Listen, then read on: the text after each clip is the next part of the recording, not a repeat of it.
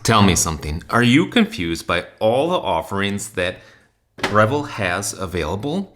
They've got the Breville Barista Express. They've got the Express Impress. Then they came up with the Touch and with the Pro. Now they've got the Touch Impress. So I want to just talk a little bit today about the various models that they have, the pros and cons of them, so hopefully you can make a better decision on which one that you want to choose. All right, so let's start with this one over here. This is the original that started it all about a little over 10 years ago, the Breville Barista Express. You can see this is also the shortest model that I have here available. And this one has got 15 grind settings on it. It also has a heated brew group eventually. It's a passively heated brew group, but if you leave this on for about a half hour or so, you will start to feel that it's getting hot, and that is awesome. Let's just start up each of these machines here.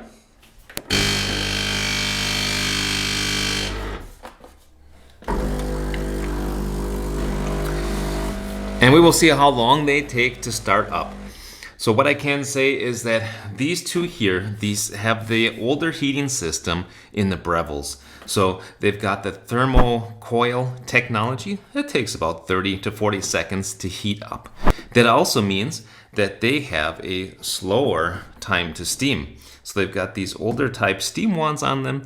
They work great. You can rotate them. So they really have a nice range of motion on them, but they take a long time. So they take between 15 and 20 seconds to warm up from espresso to steam mode, so keep that in mind. This one, on the other hand here, this has got the new thermojet technology.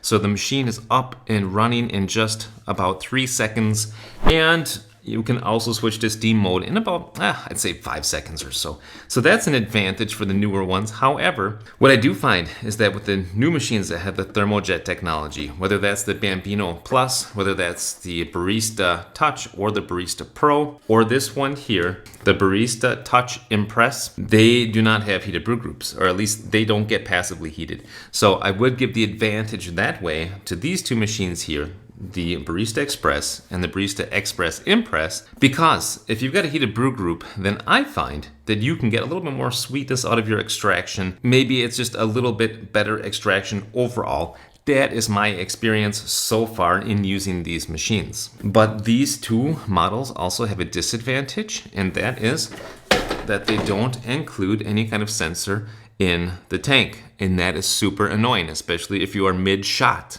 So I really think that is unfortunate. The newer models, such as the Touch Impress, they do have a sensor, and that is really, in my opinion, a necessity. So, but let's talk about the grinders. You can see that they all look pretty similar here, and they've got all conical grinders inside. This one has got 15 grind settings on the original Barista Express.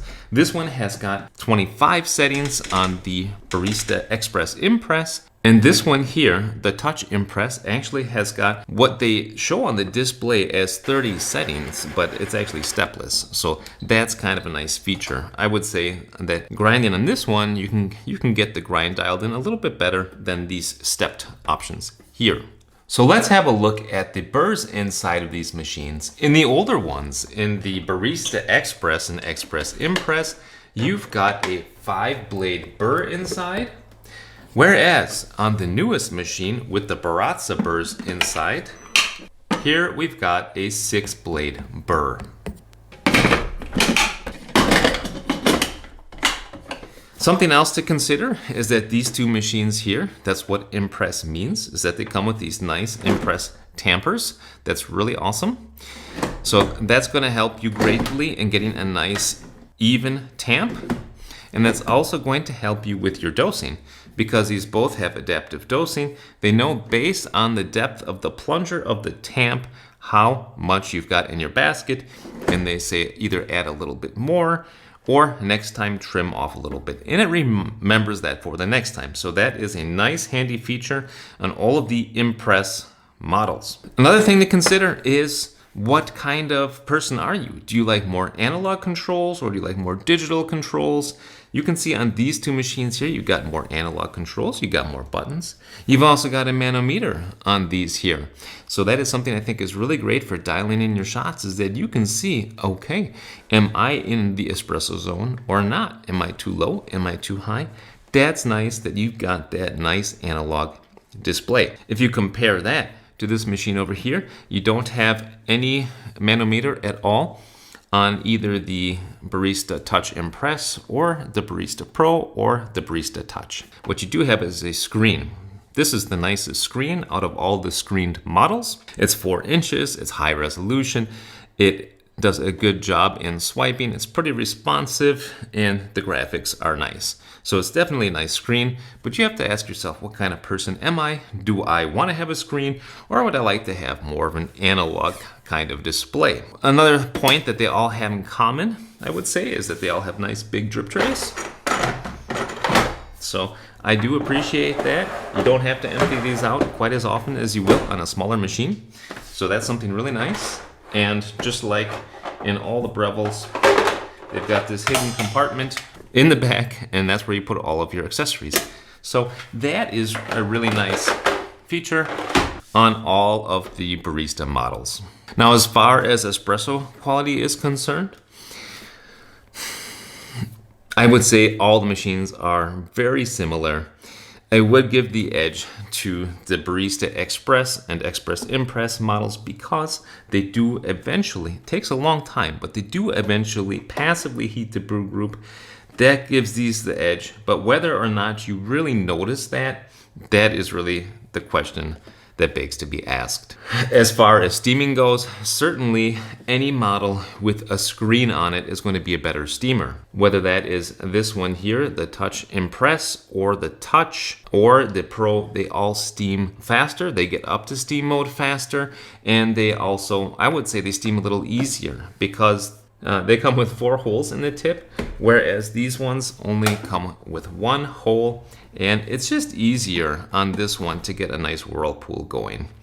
So let's just go ahead and go into steam mode for each one and see how long that takes. Steam, steam, and steam.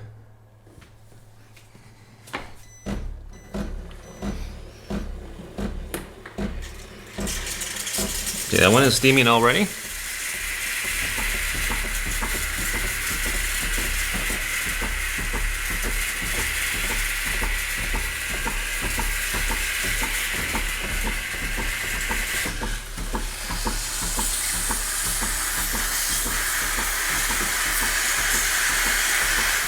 Okay, then this one. And then finally the Barista Express. This is the slowest one, as you see, and both of these are slower than this one. So I feel like that's something important to take into consideration. Something they all share in common is the same kind of portafilter. It's a 54 millimeter portafilter that you got on these machines, and I do like it a lot. It feels great in the hand. It's got the dimple that I always talk about, so it just feels delightful to put into the machine. It's a nice heavy portafilter too.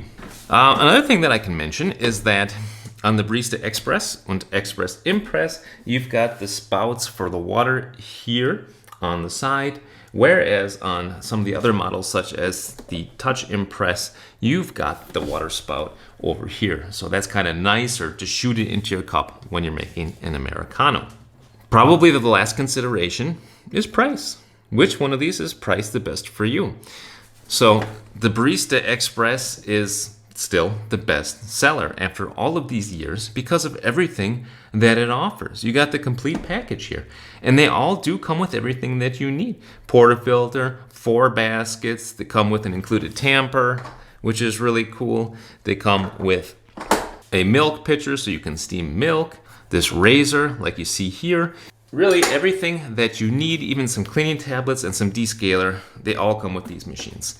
This one is still the best seller, and I think part of it is because you get that whole package for quite a reasonable price. Then you step up to the Barista Express Impress, and you got the advantage of the adaptive dosing and a really nice tamper. I like using that a lot. This does cost a little bit more, but in my opinion, it's worth it for the upgrade.